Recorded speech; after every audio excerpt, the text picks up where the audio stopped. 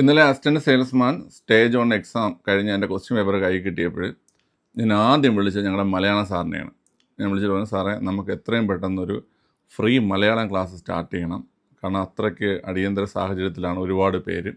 അതുകൊണ്ട് നമുക്ക് ഉടനെ തന്നെ നമുക്ക് സ്റ്റാർട്ട് ചെയ്യണം. അപ്പോൾ സാർ പറഞ്ഞു, നമുക്ക് തിങ്കളാഴ്ച തന്നെ സ്റ്റാർട്ട് ചെയ്യാം സാർ, ഇത്രയും സിറ്റുവേഷൻ ഇത്രയും അർജൻ്റ് അല്ലേ എന്നുള്ള കാര്യം.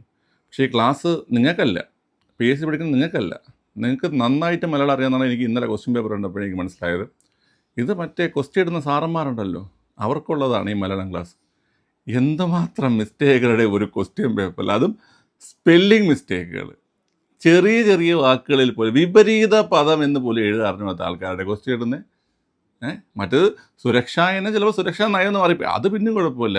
മലയാളത്തിലെ ചോദ്യത്തിൽ വിപരീത പദമൊന്നും എഴുതാൻ പോലും അറിയത്തില്ല, ദുരിതാശ്വാസമൊന്നും എഴുതാൻ പോലും അറിയത്തില്ല.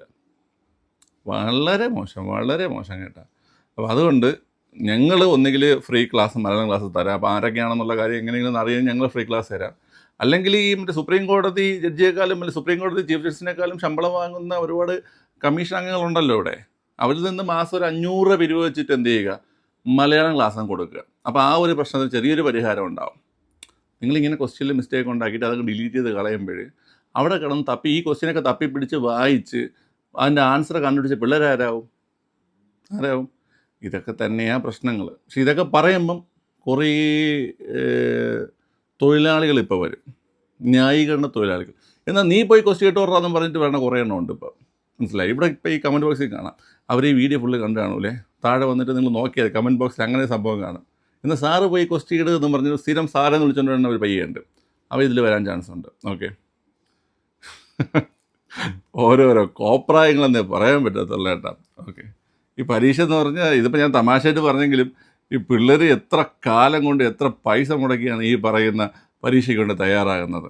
അപ്പോൾ ഇങ്ങനെ ചെന്നിരിക്കുമ്പം ഇങ്ങനെ ഓരോ തെറ്റായ ക്വസ്റ്റ്യൻ ഇട്ടിട്ട് അത് പിന്നെ ഡിലീറ്റ് ചെയ്ത് കാണുന്നത് അവരെ അവമാനിക്കുന്ന തുല്യമല്ലേ, അവരെ കഷ്ടപ്പാടിനെ അവമാനിക്കുന്ന തുല്യമല്ലേ?